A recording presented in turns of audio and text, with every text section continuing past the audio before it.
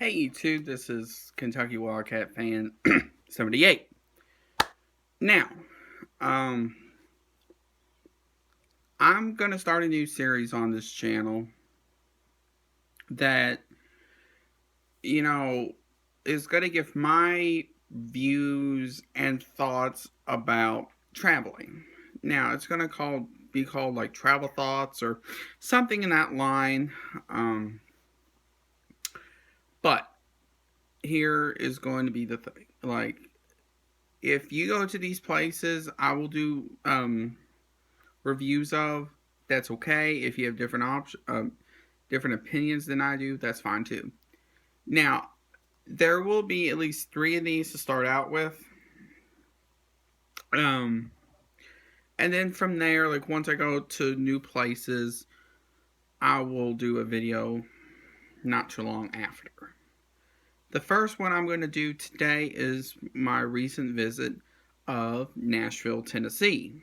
Now, if you don't know where Nashville, Tennessee is, it is about an hour um, south of Bowling Green, Kentucky. It's, if you don't know, too, Nashville, Tennessee is the country music capital of the world.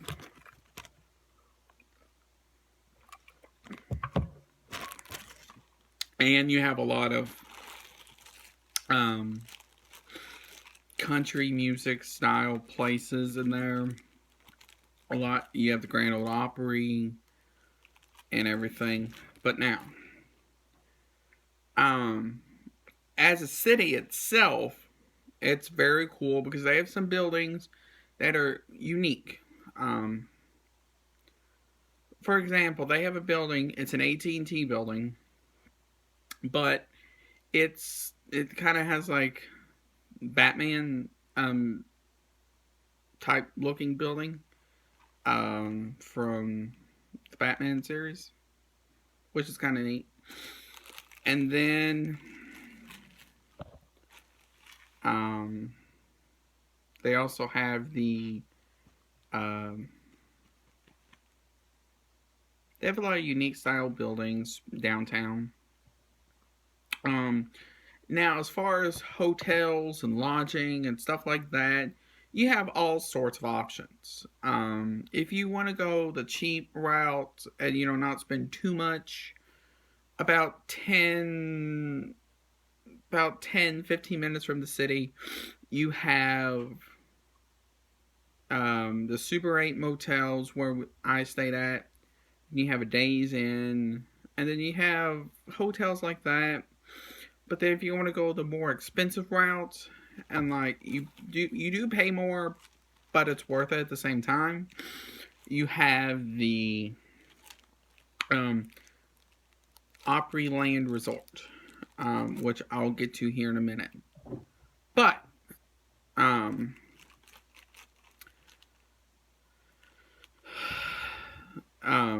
now, the cheaper hotels, yeah, you kind of get what you pay for on those. But, I mean, at least you're staying somewhere where you can sleep for the night. Some friends and I stayed at a Super 8 motel, and after tax, it was like $177 something, I think. So it's not, I mean, it's expensive, but it's not that expensive compared to like the Grand Ole Opry resort, which is probably like $300 a night. But I mean, you kind of get what you pay for too. Now, the Grand Ole Opry Resort, on the other hand, is more of a world-class resort because it's not just a motel or a hotel. It's more of like an experience because they have shops, they have restaurants, they have like 3 or 4 good size areas where you can gather a lot of people. And then in like the courtyard of the hotel itself, it has like like water that goes through, and then you can take a boat around it. Um,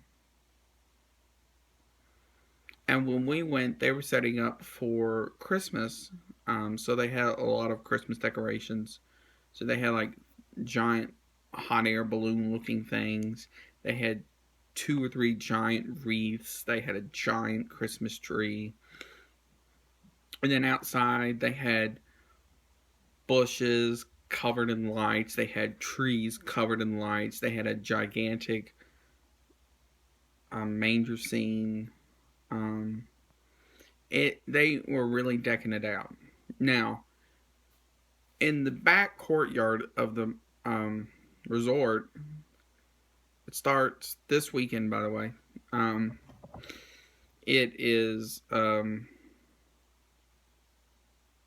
ice. I think I can't remember the exact term for it, but it had is they have like Rudolph and friends. Hey, Connor. Yeah. I'm leaving. Okay. Sorry about that. They had like Rudolph and friends carved into ice, which is really cool. Then they also had like a gigantic slide. Now this is what from what I've seen because they didn't have that open at the time. Um, I guess they were still getting that ready.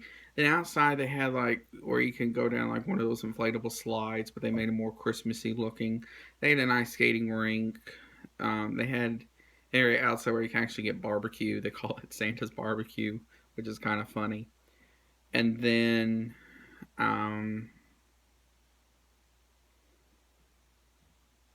that sort of stuff. They do charge the park. It's $24 plus tax. Tax in Tennessee is 9%. Um, so, um, and then there's probably some fees in there too.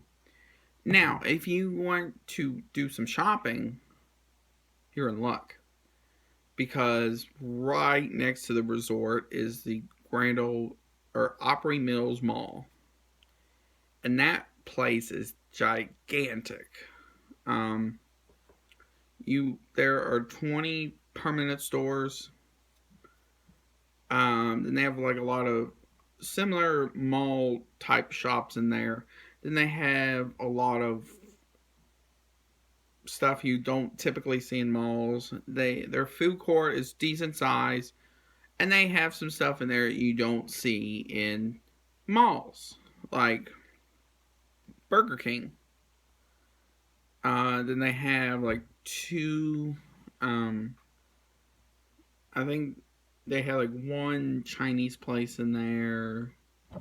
I forgot what else they had in there, but I mean they had like a health food store or restaurant in there, and they have a lot of other things that are similar. And then around the mall too, they have Johnny Rockets.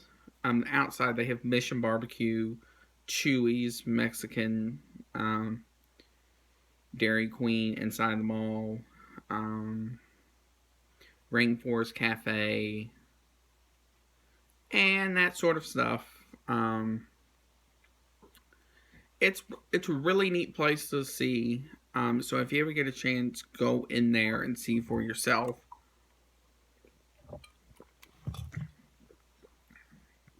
Now, um,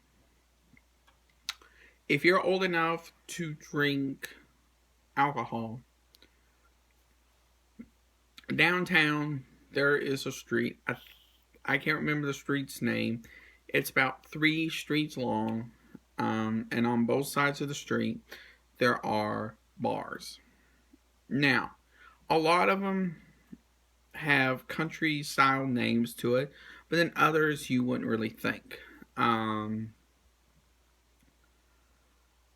There are I forgot how many bars there are, but anyway, it's really neat because you get to see the different types of people going in those bars, and you can go in if you want. Now, some of them do have cover charges, some of them don't. Um,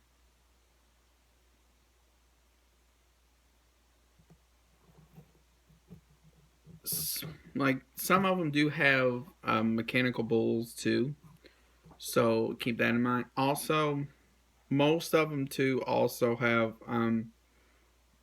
sometimes live DJs, and some of them just do like music you would have on your phone or iPod or pad if you still have those. Um, so it kind of varies, but overall, you will enjoy it if you go. And then if you happen to go in the fall, you can also go to a Tennessee Titans game. Now, I didn't get a chance to do that only because of the fact the Titans were away that weekend. So, um, there's always next time on that. But you will enjoy it. So, if you ever get a chance, you should try it.